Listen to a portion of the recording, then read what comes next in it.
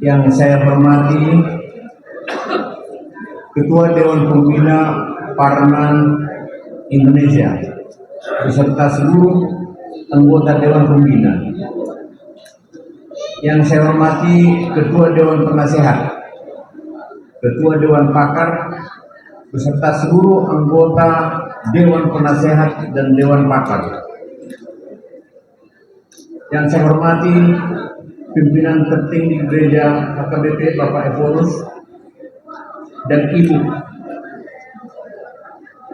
para ketua umum marga di lingkungan Peparan Raja Naing Baton, bahwa Bapak pengurus Parlemen Indonesia yang baru saja dilantik dan mendapat kehormatan, mendapat mandat untuk bersama-sama kita mengundikan dan mendayung perahu Parlemen Indonesia menuju tempat yang sudah ditentukan dalam ADRT kita. Yang saya hormati ibu-ibu sekalian yang berbahagia, marilah kita menyampaikan puji dan syukur pada Tuhan yang Maha Kuasa atas berkat dan ridhonya acara demi acara dalam prosesi pelantikan pengurus Persaudaraan Peparan Raja Naing Baton dapat berjalan dengan lancar. Pada kesempatan yang baik ini, saya akan mengucapkan dan menyampaikan rasa terima kasih saya kepada Ketua Dewan Pembina beserta jajarannya, Ketua Dewan Penasehat beserta jajarannya, Ketua Dewan Pakar beserta jajarannya, Ketua Panitia bersama tim yang mensukseskan acara hari ini. Terima kasih atas kepercayaan yang diberikan kepada saya dan kepada seluruh pengurus Harian Persaudaraan Parman Indonesia. Semoga saya bersama-sama dengan seluruh pengurus lainnya bisa melaksanakan amanah dan kepercayaan yang diberikan kepada kami sesuai dengan misi yang diemban Pengurus Persaudaraan Parman Indonesia, yaitu pertama, menjalin dan memelihara kebersamaan, menjalin dan memelihara persaudaraan di antara sesama Peparan Raja Naing Baton sesuai dengan prinsip dari betul. Ini salah satu misi yang kita. Yang kedua, melestarikan tona Neofuta Raja Naing Baton. Di antara tona tersebut yaitu Sisada Luluanak, Sisada Luluburu, Sisada Luhur, Sisada Siriawan.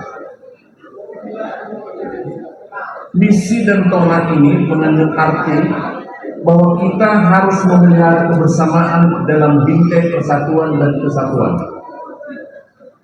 Dalam arti yang lebih luas, melaksanakan tona ini juga bagi Parna adalah memelihara persatuan dan kesatuan sesama keluarga negara kesatuan Republik Indonesia. Secara bersama-sama, kita warga Parna mendukung program pembangunan yang dicanangkan oleh pemerintah sesuai kapasitas dan kemampuan kita masing-masing. Peparan Raja Naing Baton wajib ikut ambil bagian dalam proses pembangunan nasional. Dengan keberadaan sekitar 65 sampai 70 marga, maka jumlah warga Parna saat ini mencapai kurang lebih 1,2 juta orang.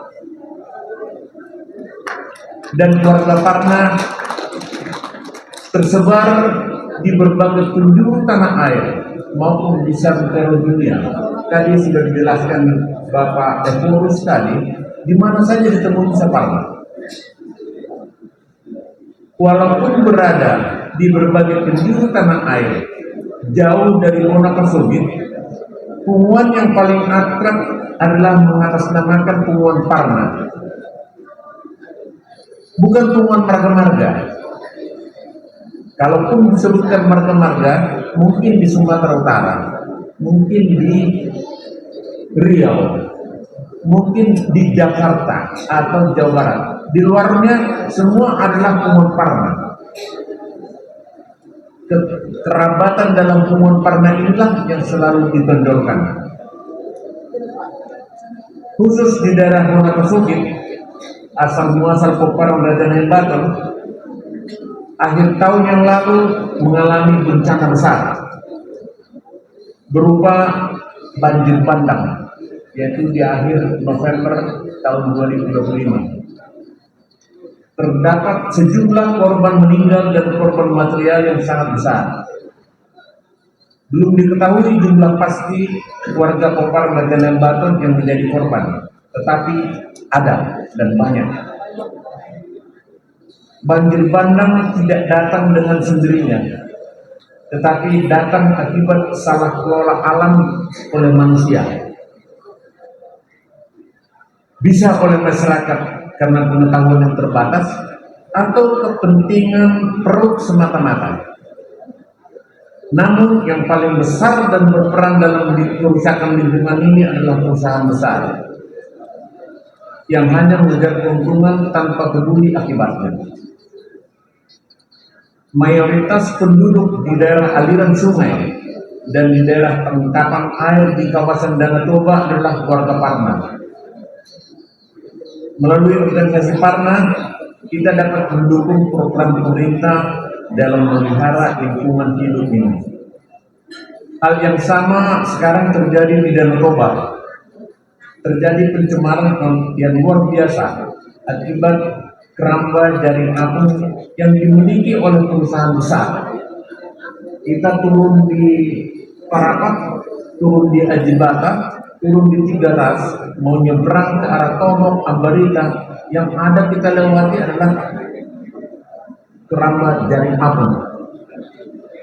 Mereka hanya mengejar keuntungan tanpa mempedulikan akibatnya.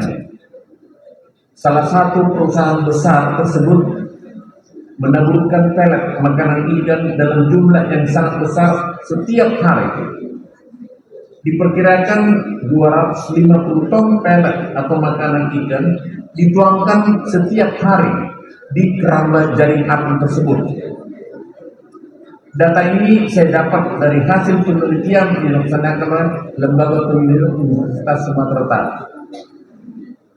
Kita tidak bisa minum air Danau Toba lagi apabila langsung diambil dari danau. Kita harus memasak air tersebut. Padahal seluruh masyarakat di kawasan pinggir Danau Toba sangat tergantung pada air minum dari Danau Toba.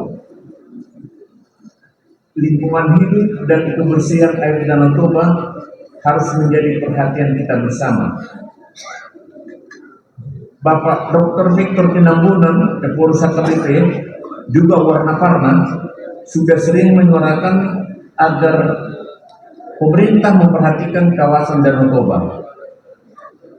Warga Parna dengan pesan Sisada Lulu Anak, Sisada Lulu Boru, Sisada Lumun, Sisada Siriawan bisa bersama-sama mendukung memelihara lingkungan hidup ini, memelihara kebersihan Danau Toba. Saya mengajak kita seluruhnya agar melaksanakan apa himbauan yang dilaksanakan oleh Bapak Ibu.